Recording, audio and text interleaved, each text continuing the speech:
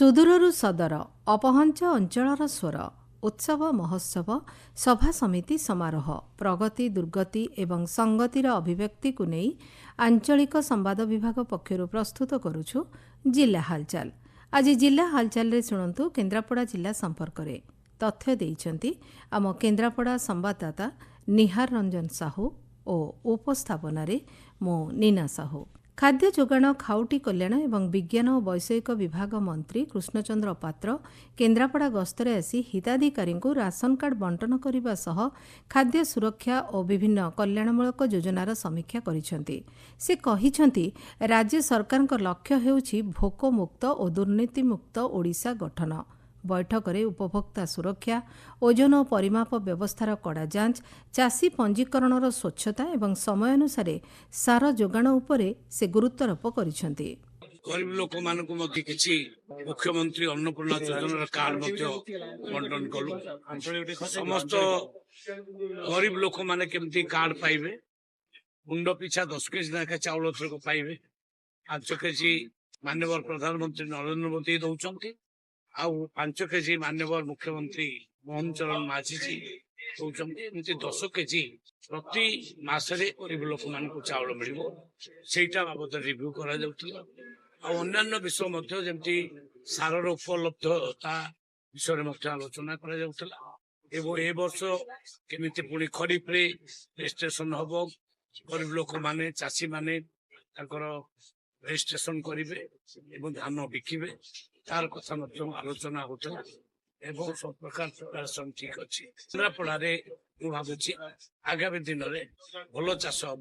ରାଜ୍ୟ ନିର୍ବାଚନ କମିଶନର ଅନୁସଚିବ ନିରଞ୍ଜନ ପାଢ଼ୀ କେନ୍ଦ୍ରାପଡ଼ା ଜିଲ୍ଲା ଗସ୍ତ କରି ସ୍ୱତନ୍ତ୍ର ସଘନ ମତଦାତା ତାଲିକା ସଂଶୋଧନ କାର୍ଯ୍ୟର ଅଗ୍ରଗତି ସମୀକ୍ଷା କରିଛନ୍ତି।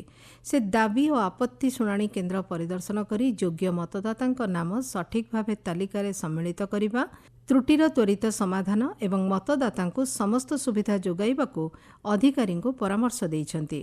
ଜିଲ୍ଲାପାଳ ରଘୁରାମ ଆର୍ ଆୟରଙ୍କ ଅଧ୍ୟକ୍ଷତାରେ ପ୍ରୟାସ କାର୍ଯ୍ୟକ୍ରମର ସଫଳ ରୂପାୟନ ପାଇଁ ଏକ ଯୁଗ୍ମ ବୈଠକ ଅନୁଷ୍ଠିତ ହୋଇଛି। ବୈଠକରେ ମାତୃ ଓ ଶିଶୁ ମୃତ୍ୟୁହାର ହ୍ରାସ, ବିଦ୍ୟାଳୟରେ ରକ୍ତହୀନତା ନିରାକରଣ, ବାଲ୍ୟ ବିବାହ ରୋକଥାମ ଏବଂ ସ୍ୱାସ୍ଥ୍ୟ ସଚେତନତା ଉପରେ ଗୁରୁତ୍ୱ ଦିଆଯାଇଛି। ସମସ୍ତ ବିଭାଗର ସମନ୍ୱିତ କାର୍ଯ୍ୟ ଦ୍ୱାରା କାର୍ଯ୍ୟକ୍ରମର ଲକ୍ଷ୍ୟ ପୂରଣ ସମ୍ଭବ ବୋଲି ଜିଲ୍ଲାପାଳ କହିଛନ୍ତି। କେନ୍ଦ୍ରାପଡ଼ା ଜିଲ୍ଲାର 2 ଜଣ ଭାରୋତ୍ତୋଳକ ରାଜ୍ୟସ୍ତରୀୟ 12 ବର୍ଷରୁ କମ୍ 14 ବର୍ଷରୁ କମ୍ ପ୍ରତିଯୋଗିତାରେ ସିଲଭର ପଦକ ଜିତିଛନ୍ତି। 12 ବର୍ଷରୁ କମ୍ ବାଳକ ବର୍ଗରେ କୃଷ୍ଣ ନାୟକ ଏବଂ 14 ବର୍ଷରୁ କମ୍ ବାଳିକା ବର୍ଗରେ ଗଙ୍ଗୋତ୍ରୀ ରାଉତ ଦ୍ୱିତୀୟ ସ୍ଥାନ ଅଧିକାର କରି ଜିଲ୍ଲା ପାଇଁ ଗୌରବ ଆଣିଛନ୍ତି। ଜିଲ୍ଲାପାଳ ଓ କ୍ରୀଡ଼ା ବିଭାଗ ସେମାନଙ୍କୁ ଅଭିନନ୍ଦନ ଜଣାଇଛନ୍ତି। କେନ୍ଦ୍ରାପଡ଼ା ଜିଲ୍ଲାର ଏକମାତ୍ର ଜୀବିତ ସ୍ୱାଧୀନତା ସଂଗ୍ରାମୀ ତଥା ଜିଲ୍ଲା ସ୍ୱାଧୀନତା ସଂଗ୍ରାମୀ ସମିତିର ସଭାପତି ବିମ୍ବାଧର ମୁଦୁଲିଙ୍କର 102 ବର୍ଷ ବୟସରେ ପରଲୋକ ଘଟିଛି। ସରକାରୀ ପ୍ରୋଟୋକଲ ଅନୁଯାୟୀ ତାଙ୍କୁ ଗାର୍ଡ ଅଫ୍ ଅନର ପ୍ରଦାନ କରାଯାଇଥିବା ବେଳେ ଜିଲ୍ଲା ପ୍ରଶାସନ, ଜନପ୍ରତିନିଧି ଏବଂ ସାଧାରଣ ଲୋକ ଶେଷ ଶ୍ରଦ୍ଧାଞ୍ଜଳି ଜଣାଇଥିଲେ। କେନ୍ଦ୍ରାପଡ଼ା ଜିଲ୍ଲାରେ ବନ୍ୟା ପରିସ୍ଥିତିକୁ ନେଇ ଜିଲ୍ଲା ପ୍ରଶାସନର ଉଦ୍ଧାର ଓ ରିଲିଫ୍ କାର୍ଯ୍ୟ ଜାରି ରହିଛି। 9ଟି ବ୍ଲକର 170ଟି ଗ୍ରାମ ବନ୍ୟା ପ୍ରଭାବିତ ହୋଇଥିବା ବେଳେ ପ୍ରାୟ 89,000 ଲୋକ ପ୍ରଭାବିତ ହୋଇଛନ୍ତି। ଏପର୍ଯ୍ୟନ୍ତ 1,164 ଜଣଙ୍କୁ ସୁରକ୍ଷିତ ସ୍ଥାନକୁ ନିଆଯାଇଛି। ରିଲିଫ୍ କେନ୍ଦ୍ରରେ ଖାଦ୍ୟ, ପାନୀୟ ଜଳ ଓ ଅନ୍ୟାନ୍ୟ ଆବଶ୍ୟକ ସାମଗ୍ରୀ ବଣ୍ଟନ ସହ ସ୍ୱାସ୍ଥ୍ୟ ଓ ପଶୁ ଚିକିତ୍ସା ଦଳ ନିୟୋଜିତ ଅଛନ୍ତି। ଜିଲ୍ଲାରେ କୌଣସି ଜୀବନହାନି ଘଟିନଥିବା ବେଳେ ପ୍ରଶାସନ ସତର୍କ ନଜର ରହିଛି। କେନ୍ଦ୍ରାପଡ଼ା ଜିଲ୍ଲାର ସଫଳ ମତ୍ସ୍ୟଚାଷୀ ସୁରେଶ ଚନ୍ଦ୍ର ରାଉତଙ୍କୁ ରାଷ୍ଟ୍ରପତି ଭବନର ଆଟମ କାର୍ଯ୍ୟକ୍ରମ ପାଇଁ ନିମନ୍ତ୍ରଣ ମିଳିଛି। ରାଜକନିକା ବ୍ଲକର ଜୟନଗର ଖୁଣ୍ଟା ଗ୍ରାମର ବାସିନ୍ଦା ସୁରେଶ ରାଉତ ଆଧୁନିକ ଚିଙ୍ଗୁଡ଼ି ଚାଷ ମାଧ୍ୟମରେ ସଫଳତା ହାସଲ କରିବା ସହ ସ୍ଥାନୀୟ ଅଞ୍ଚଳରେ ରୋଜଗାର ସୃଷ୍ଟି କରିଛନ୍ତି।